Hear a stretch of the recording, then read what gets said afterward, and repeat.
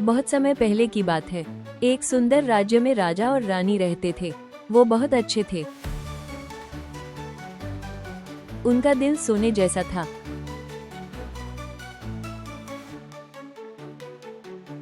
लेकिन एक दुख ने उन्हें घेर रखा था। वे निसंतान थे।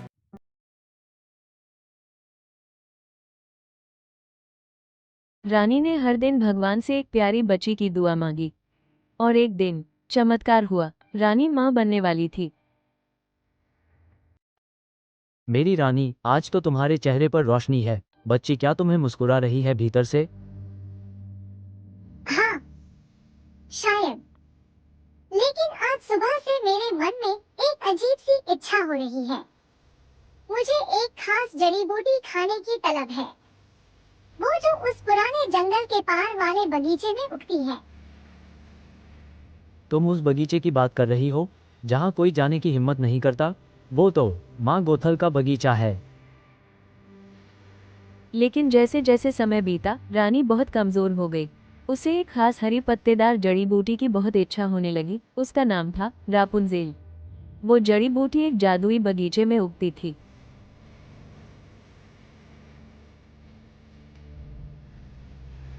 मुझे किसी चीज की तलब है। एक जड़ी बूटी, रापुंजेल। रानी की आंखों में वो दर्द, वो अधूरी तसल्ली, राजा को चैन से बैठने नहीं दे रही थी।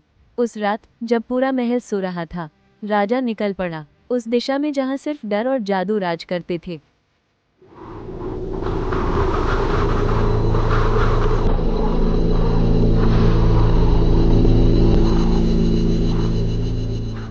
उसने सुना था उस बगीचे के बारे में, जो काले जंगल के बीच छुपा है। कहा जाता था वहां दिन भी डर के मारे नहीं आता। और वो बगीचा था माँ गोथल का। उसके सामने थी एक लंबी भयानक दीवार, कांटों से लिपटी और रहस्यमयी नीली रोशनी से घिरी हुई। पर प्यार डर से बड़ा होता है, और राजा दीवार पर चढ़ गया। हर कांटा उसकी त्वचा चीरता, पर उसका दिल सिर्फ रानी की आंखों को याद कर रहा था।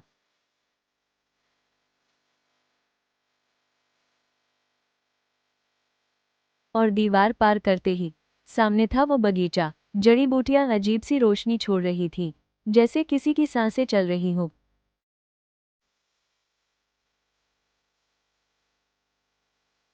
और फिर उसे दिखी वो जड़ी बूटी रापुंजेल। उसने हाथ बढ़ाया और तभी वहां वो आई माँ गोथल। कितनी हिम्मत है तुम्हारे भीतर, राजा होकर चोर बन गए। मेरी रानी बीमार है, उसकी जान जा सकती है। वो इसी जड़ी बूटी को चाहती है। कृपा करके मुझे ये लेने दें।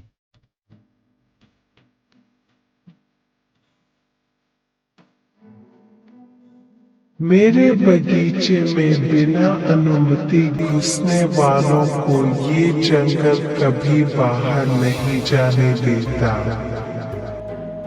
ठीक है राजा, मैं तुम्हें जाने दूंगी, लेकिन हर जादू की कीमत होती है।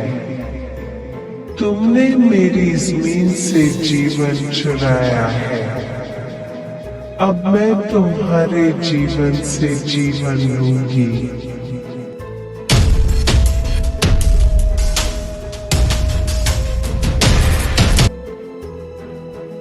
जब तुम्हारा बच्चा जन्म लेगा, वो मेरा होगा। वो जड़ी बूटी तुम्हारी रानी को बचा सकती है, पर तुम्हारी बेटी को मुझसे कोई नहीं बचा पाएगा।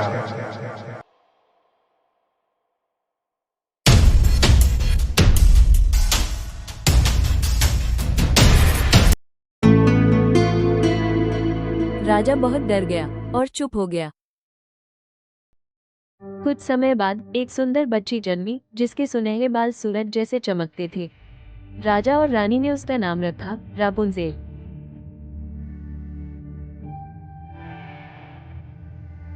लेकिन जैसे ही बच्ची रोने लगी, माँ गोथल आ गई और उसे लेकर चली गई।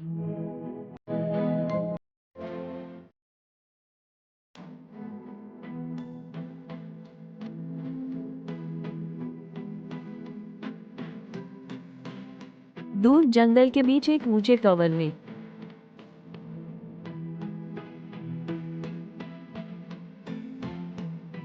गहरे अंधेरे जंगल के बीचों बीच खड़ा था एक अकेला ऊंचा टावर। न कोई दरवाजा, न सीढ़ियां, सिर्फ एक छोटी सी खिड़की। माँ गोथल ने उसे इस टावर में कैद कर रखा था।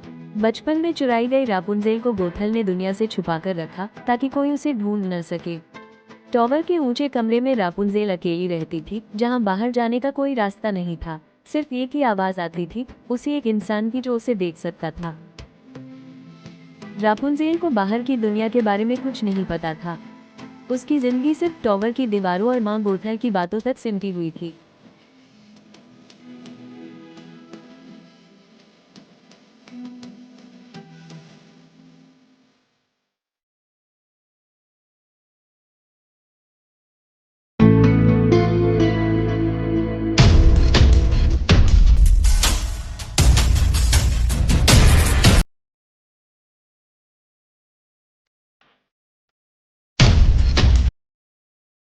रापुंजेल बहुत सुंदर और प्यारी थी।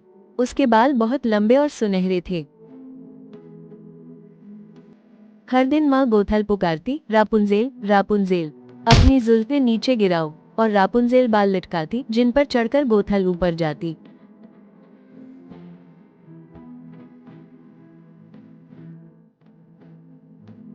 रापुंज़ेल, रापुंज़ेल, अपनी जुल्फें नीचे गिराओ।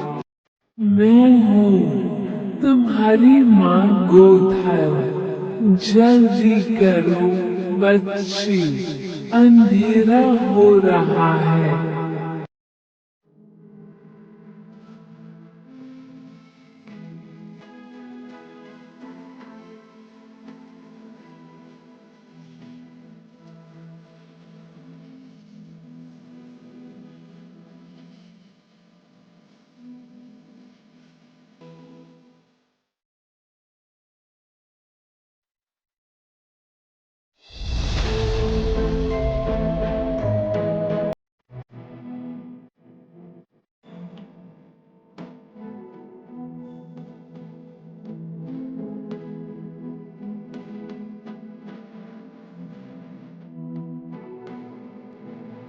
रापुंज़ेल, सिर्फ मैं ही हूँ जो तुम्हें दुनिया की बुराई से बचा सकती हूँ।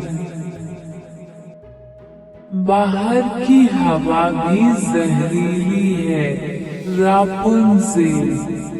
इस टावर में तुम सुरक्षित हो, मेरे साथ हमेशा। एक दिन दूर दराज के एक राज्य का राजकुमार शिकार की तलाश में जंगल में आया था। लेकिन जंगल घना था, रास्ते अजनबी थे, और धीरे धीरे वो रास्ता भूल गया। वो भटकता रहा, एक पेड़ से दूसरे पेड़ के बीच, और फिर अचानक कुछ सुनाई दिया। When you just can't find the call,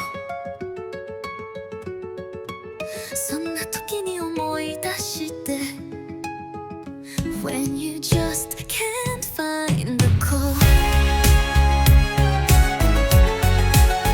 एक मधुर आवाज। राजकुमार रुक गया, उसकी सांसें थम गईं। पेड़ों के पार उसे दिखा एक ऊंचा पत्थर का टावर, और उसकी सबसे ऊंचाई पर एक खिड़की, जहां बैठी थी वो रापुंज़ेल। उसकी सुनहरी जुल्फें खिड़की से लटक रही थी, और उसकी आंखों में एक सपना था। वो गा रही थी,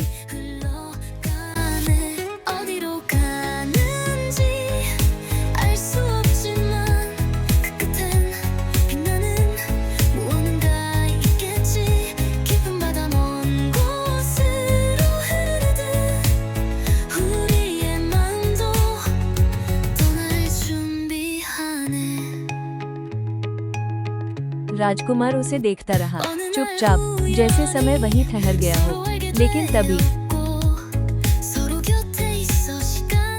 एक परछाई आई, लंबा काला लबादा, चमकती आंखें, और होठों पर ऐसा नाम, रापुंज़ेल, रापुंज़ेल, अपनी जुल्फें नीचे गिराओ।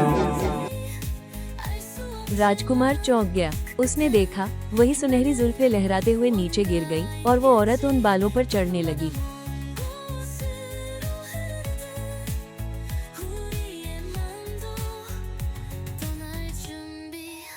राजकुमार अब सब समझ गया था। ये लड़की अकेले नहीं थी और ये औरत माँ नहीं, कोई रहस्य थी, कोई ताकत, कोई बंदिश। वो लड़की ऊपर थी और नीचे जादू का एक फंदा था।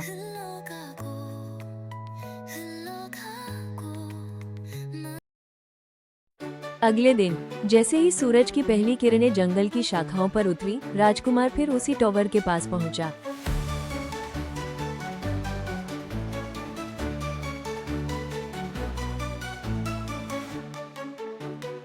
पर इस बार वो छुपा नहीं।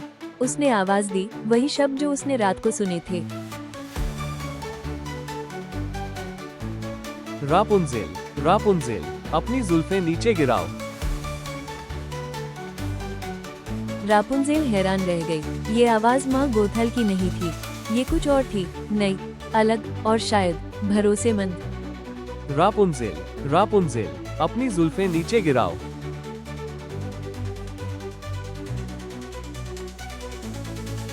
उसने कुछ पल सोचा और फिर अपने सुनहरे बाल नीचे गिरा दिए।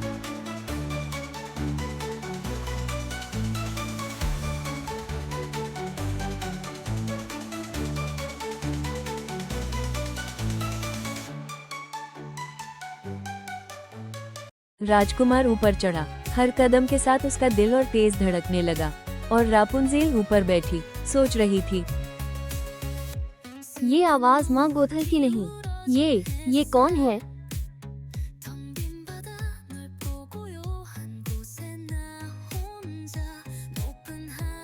और फिर पहली बार रापुंज़ेल ने किसी नए इंसान को देखा। वो घबरा गई, थोड़ा पीछे हटी, पर उसकी आंखों में डर से ज्यादा जिज्ञासा थी।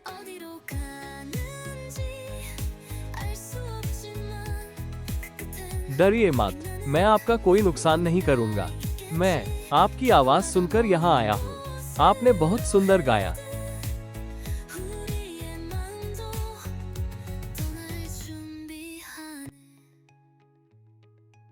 रापुंज़ेल ने पहली बार महसूस किया कि टॉवर से बाहर भी कोई उसकी बात समझ सकता है।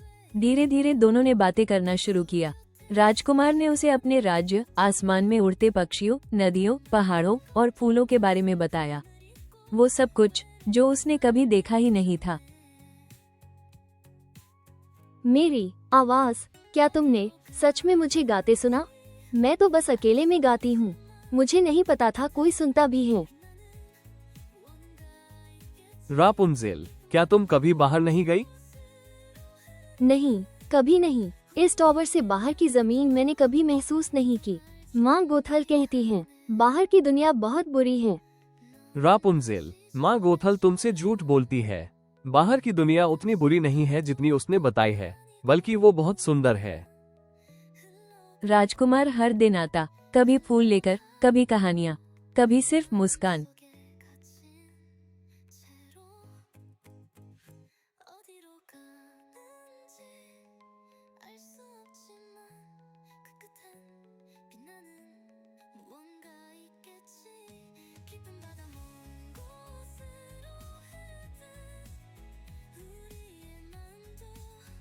वो देखो, वहाँ मेरा राज्य है।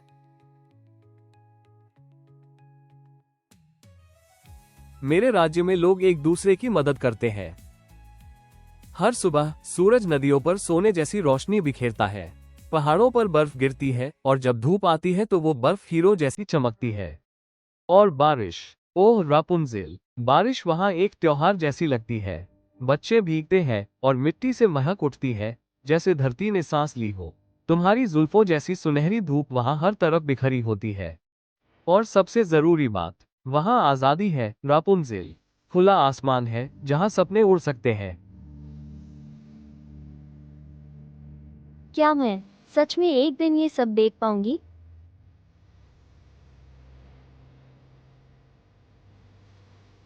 हाँ रापुंज़ेल, अगर तुम चाहो तो मैं तुम्हें वो सब दिखाऊंगा। एक दिन माँ गोथल ने कमरे में एक ताज़ा फूल देखा। ये फूल जंगल के बाहर उगता था। रापुंज़ेल के पास ये कैसे आया?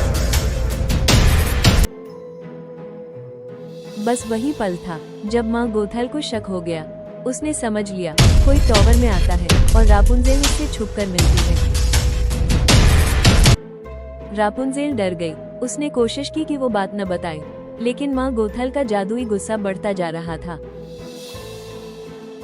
वो बहुत अच्छा है। वो मुझे बाहर की दुनिया के बारे में बताता है। तुमने मुझे धोखा दिया। मैंने तुम्हें इस दुनिया की बुराई से बचाने के लिए इस टॉवर में रखा था और तुम उसी बुराई को भीतर ले आए। माँ गोथल का गुस्सा अब काबू से बाहर था। उसने रापुंज़ेल के लंबे सुनहरे बालों की ओर देखा और उसने रापुंज़ेल के बाल काट डाले।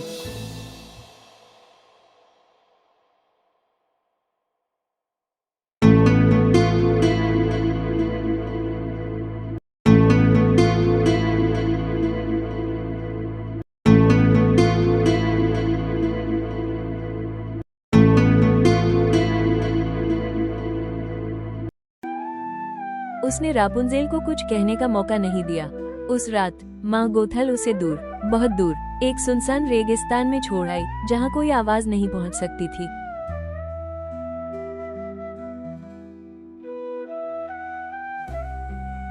उस दिन भी राजकुमार पहले की तरह टॉवर के नीचे आया, दिल में वही उम्मीद, वही मुस्कान। उसने आवाज लगाई, रापुंज़ेल, रापुंज़ेल, अपनी जुल्फें नीचे गिराओ। रापुंज़ेल, रापुंज़ेल, अपनी जुल्फें नीचे गिराओ। राजकुमार ने कुछ महसूस नहीं किया। वो ऊपर चढ़ गया, पर उसे क्या पता था, आज उसका स्वागत कोई और करने वाला था। बहुत देर कर दी राजकुमार। अब रापुंज़ेल यहाँ नहीं है और तुम अब कभी उसे देख नहीं पाओगे। राजकुमार हक्का बक्का रह गया। उसके पैर डगमगाए और फिर माँ गोथल ने एक जादुई धक्का दिया। राजकुमार टॉवर से नीचे गिर गया। वो गिरा और जमीन से टकराया। उसकी आंखों के आगे अंधेरा छा गया और जब वो उठा वो कुछ भी नहीं देख सकता था। राजकुमार अंधा हो चुका था। रापुंज़ेल बहुत दुखी थी। रेगिस्तान में हर दिन गाती और अपने दोस्त राजकुमार को याद करती। When you just can't find the call そんな時に思い出して When you just can't find the call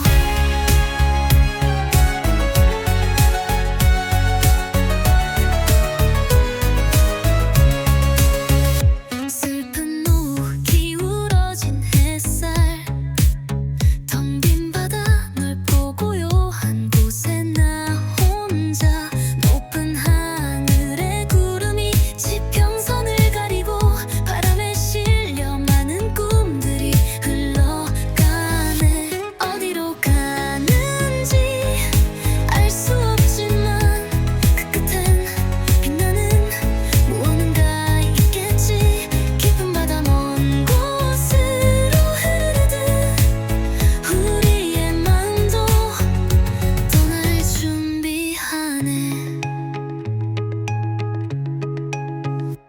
어느 날 우연히 서로 알게 되었고 उधर राजकुमार जो अंधा हो गया था, उसकी आवाज सुनता है और उसे ढूंढ लेता है।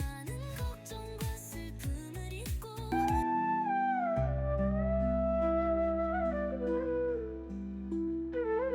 जब रापुंज़ेल ने उसे देखा तो उसका दिल टूट गया। राजकुमार को अंधा देखकर रापुंज़ेल रोने लगी।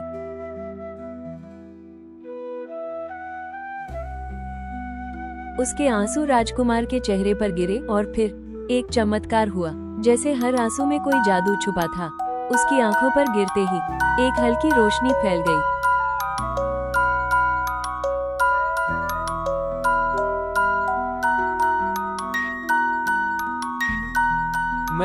मैं तुम्हें देख सकता हूँ, रापुंज़ेल।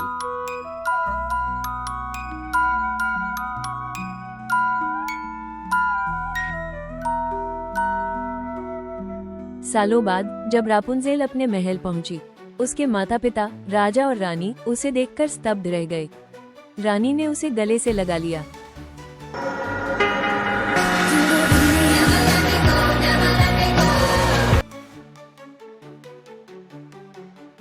राजा की आंखों में आंसू थे। मेरी बच्ची, तुम वापस आ गई। परिवार फिर से एक हो चुका था।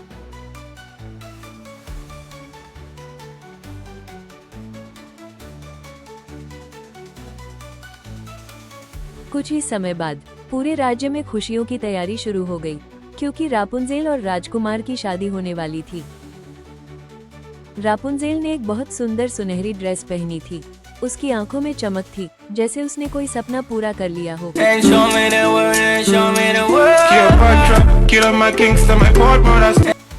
राजकुमार ने उसका हाथ पकड़ा और कहा, अब हम हमेशा साथ रहेंगे। और फिर उनकी नई जिंदगी शुरू हुई, जहां डर नहीं था, बस प्यार था और आजादी थी।